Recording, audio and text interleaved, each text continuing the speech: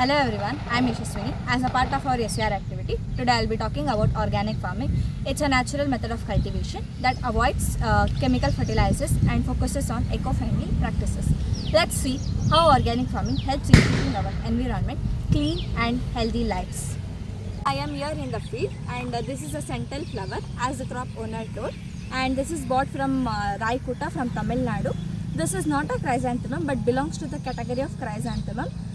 ಹಾಂ ಹೇಳಿ ಅಂಕಲ್, ಇದು ಏನು ಗಿಡ ಅಂಕಲ್? ಮತ್ತು ಆರ್ಗ್ಯಾನಿಕ್ ಅಂತ ಹೇಳಿದ್ರಲ್ಲ, ಹೆಂಗೆ ಆರ್ಗ್ಯಾನಿಕ್ಕು?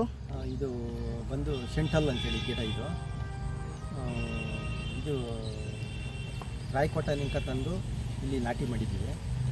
ಆಮೇಲೆ ಮಿಕ್ಸರ್ಲು ಇದ್ರನಿಂಕ ತಂದು ಎಲ್ಲ ನಾಟಿ ಗೊಬ್ಬರನೂ ಹಾಕಿದ್ದೀವಿ.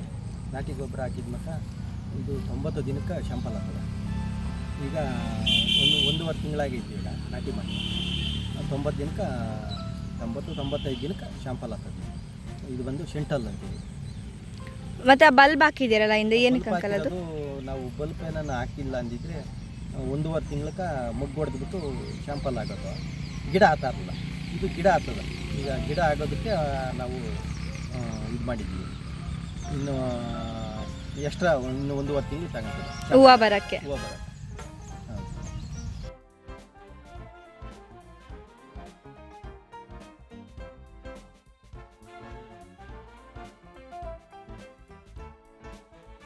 This is a BBMP garbage compactor vehicle used in Bengaluru for efficient waste management.